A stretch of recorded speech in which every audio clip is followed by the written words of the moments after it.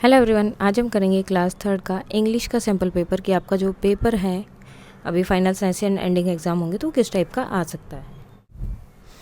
तो सबसे पहले रीडिंग कम्प्रीहेंशन है। There was a slave who was treated cruelly by his master. So एक स्लेव था, यानी कि दास, जिस तरह से आप बोल सकते कि घर पे काम करवाने के लिए रखा था उन्होंने, और उसका मास्टर जो उसे बहुत गंदे तरीके से ट्रीट करते थे, मारते पीटते थे इस तरह से। One day he escaped to the forest. एक दिन वो जो है फॉरेस्ट की तरफ भाग गया। There he chanced upon a lion who couldn't walk because of the thorn in its paw. तो उसे बाई चांस क्या हुआ कि लायन वहाँ पर मिल गया जो चल नहीं पा रहा था, बिकॉज उसके पाँव में क्या था, कांटा लगा हुआ था। ऑल दो ही वो स्केयर्ड, वो उससे बहुत डरा हुआ था लायन से। The slave mustered his courage, लेकिन उसने हिम्मत जुटाई and took out the thorn in the lion's paw, और वो जो लायन था उसके पाँव में से वो थ्रोन को निकाल दिया। Now some time later the slave was caught by his master along with some animal in the forest. So कुछ टाइम के बाद क्या हुआ, वो स्लेव को पकड़ लिया उनके मास्टर्स ने और कुछ एनिमल्स को भी उसके साथ में। And the master then order, उसको पकड़ने के बाद उसके मास्टर ने ऑर्डर दिया that the slave to be thrown into the lions den, कि स्लेव को जो है लायन की गुफा में डाल दो, लायन के पास डाल दो, ताकि वो लायन उसे खा ले। When the slave saw the lion, जब उसने लायन को देखा, he recognized him, उन्होंने उसको पहचान लिया कि वही है। He was able to escape the den. Then वो जो है वो लायन के साथ and freed all the other animal, और बाकी जो एनिमल्स थे उन सबको फ्री करके वहाँ से भाग गया। अब इससे रिलेटेड क्वेश्चन आंसर है, what is the moral of the story. So वो क्या है, बी काइंड एंड हेल्पफुल। अब देखो इसमें आपको चॉइसेस दी गई है, वो हो सकता है कि आपके एग्जाम में आए और ये भी हो सकता है कि ना आए, तो इसके अकॉर्डिंग आप अपना कर सकते हैं। नेक्स्ट है, which word from the passage means to run away. So उसका क्या मतलब होता है, रन अवे मतलब escape, भाग जाना। Why did the slave escape to the forest, वो फॉरेस्ट में क्यों गया था, because he was tired of cruelty by his master, क्योंकि उसके मास्टर जो जिस तरह से उसे ट्रीट कर रहे थे, मतलब उसको मारना पीटना या जो भी काम उससे करवाते थे वो उसे अच्छा नहीं लगता था, वो उससे थक चुका था। What did the slave do when he saw the lion, उसने लाइन को देखा तो क्या किया, ही हेल्प द लाइन, उसने लाइन की हेल्प की। Where did the lion live, lion कहाँ रहता था, डेन में। Now read the following line from the poem and answer the question. So I patiently wait, मैं वेट करूँगा till I am all grown up, जब तक मैं बड़ा नहीं हो जाता। And I will show them all, और मैं उन सबको दिखा दूंगा, one day, एक दिन, क्या। अब वो उस पोएम से रिलेटेड है। देन इससे रिलेटेड क्वेश्चन क्या है, what does them refer to in the above line. अब इनमें जो है वो them बोला गया, किन को दिखाने के लिए वो बोल रहा है कि मैं क्या दिखा दूंगा और किसको दिखाऊंगा। सो देम किसके लिए है, them refers to the elders और पेरेंट्स ऑफ द चाइल्ड, जो उसके बड़े भाई बहन या फिर जो उसके पेरेंट्स है उनको वो चाहता है कि वो बड़ा होकर दिखाए कि मैं भी कुछ कर सकता हूँ। नेक्स्ट क्वेश्चन है, what kind of day was it when Meena climbed up the हिल, तो वो कैसा दिन था, it was a sunny day. What did the tiger Hunt, when did the tiger Hunt, वो जो टाइगर मदर टाइगर थी वो कब हंट करती थी। So when the sky is dark mother tiger hunts for deer and pigs, वो deer और pig के लिए हंट करती थी।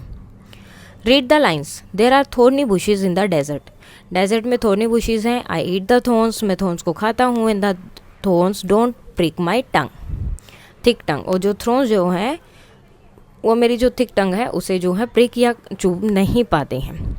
सो इसमें जो है प्रोनाउन क्या है, थोर्नी, पिक, प्रिक और माई में से। सो यहाँ पर आपका प्रोनाउन क्या रहेगा, माई। और वैसे इसका यहाँ पर आई भी एक प्रोनाउन है, लेकिन यहाँ जो ऑप्शन दिया है उसके अकॉर्डिंग आपका प्रोनाउन क्या है, my. Neha set on the chair, find preposition, तो इसका प्रीपोजिशन क्या है, on. And L Y to make a word, अब इस वर्ड से आपको एल वाई लगाकर न्यू वर्ड बनाना है, तो क्या बनेगा, softly. Dash plates are on the dining table, use the correct article, article use करना है। सो आर्टिकल कौन से होते हैं आपके, a an an the. So यहाँ पर आर्टिकल क्या होगा, the plates are on the dining table. Next read the lines, there was a mother tiger and her small tiger cub, they lived near a river in a shady jungle. So which are the words that describe the place where the tiger live. So कौन से ऐसे word हैं in line में जिससे describe पता चल रहा है कि वो कैसी जगह पर रह रहे थे। सो कौन से हैं, river and shady. Choose the word which is not a compound word, तो वो क्या है, लेटर। देखो अब कंपाउंड मीन्स दो वर्ड्स को मिलाकर, जैसे पोस्ट और मैन, ये दो वर्ड्स को मिलाकर बना है। मेल और बॉक्स, ये भी दो वर्ड्स को बनाकर मिला है। लेकिन लेटर जो है वो अकेला ही वर्ड है, वो दो वर्ड से नहीं बना है। नेक्स्ट है read the line, I met a man as I went walking, we got talking, man and I find one action word. अब देखो वॉकिंग भी आपका एक्शन वर्ड है और टॉकिंग भी है। सो यहाँ पर ऑप्शंस दिए हैं तो ऑप्शन में जो आपका रहेगा वो है टॉकिंग। अगर वैसे ही आपको लिखना है तो आप वॉकिंग एंड टॉकिंग दोनों लिख सकते हैं। Choose the correct naming word, Rita was reading loudly. So इसमें रीडिंग वो क्या है, naming word Rita. Choose the opposite word of the underline word. अब यहाँ पर अंडरलाइन है big, so there is a big, the line is big, तो इसका अपोजिट क्या होगा, small, the ant is small, उसका मतलब भी बड़ा होता है। Choose the correct degree of comparison, Nutan is dash then Pankaj. अब दो के बीच में कंपैरिजन है तो क्या आएगा, टोलर, अगर दो से ज़्यादा होते तो tallest. Now creative writing the हुई है, लुक एट द पिक्चर, ये पिक्चर को देखना है। Right about one day at the zoo, कि जू में जाने के एक दिन आपका कैसा बीता, क्या क्या आपने देखा, और ये वर्ड्स की आप हेल्प ले सकते हैं। So last Sunday I visited the zoo with my family, it was a perfect sunny day to visit the zoo, we reach the zoo at 8 AM and saw a huge crowd gathering in the front of the gate. हम 8 बजे पहुंचे और वहाँ पर बहुत सारे लोग आ रहे थे। देयर वॉज ग्रीनरी एवरीवेयर, हर तरफ ग्रीनरी थी। We saw many different animal like tiger, giraffe, elephant and many more. हमने बहुत सारे एनिमल देखे वहाँ पर। We enjoy the beautiful view with some snack and beverages. हमने फिर वहाँ पर कुछ खाना खाया और कोल्ड ड्रिंक वगैरह P.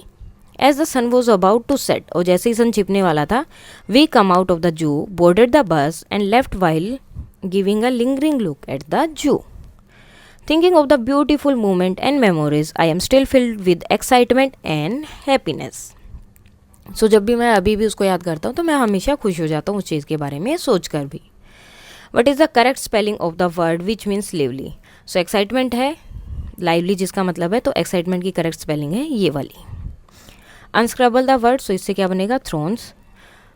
Choose the correct spelling of the word which means to walk slowly with hand and knees, हाथ और पैरों से चलना लेकिन धीरे धीरे, तो उसे हम क्या बोलते हैं, क्रोल करना।